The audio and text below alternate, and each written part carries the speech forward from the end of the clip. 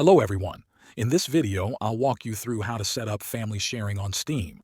Start by opening the Steam app on your computer. Make sure you're logged into the account that owns the games you want to share. In the upper left corner, click on the Steam menu, then choose Settings from the list. In the Settings window, look at the left sidebar and click on the section labeled Family. From there, select the button that says Manage Family.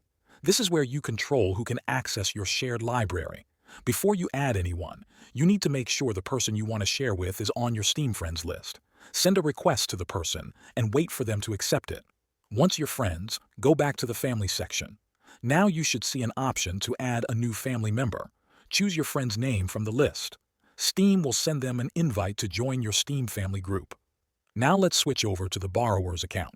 Open Steam and log in using the borrower's account. This is the person who will get access to the shared games. Click on Steam in the top left, then go to Settings. In the Settings window, click on Family in the menu on the left. If the invitation from the giver has already been sent, you'll see it in this section. Click on Manage Family, and you should see a message that there is a pending invite. Click Accept to join the family group.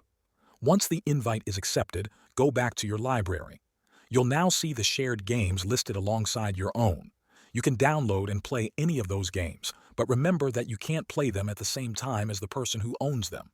Steam only allows one user at a time to play a shared title, so if the owner is playing a game, you'll have to wait until they stop before you can use it.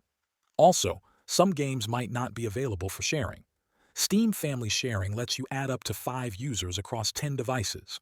If you need to remove someone from your family group or stop sharing your library, just go back to the Manage Family section in your account and make the changes there. That's the full process for setting up Steam Family Sharing. Thanks for watching.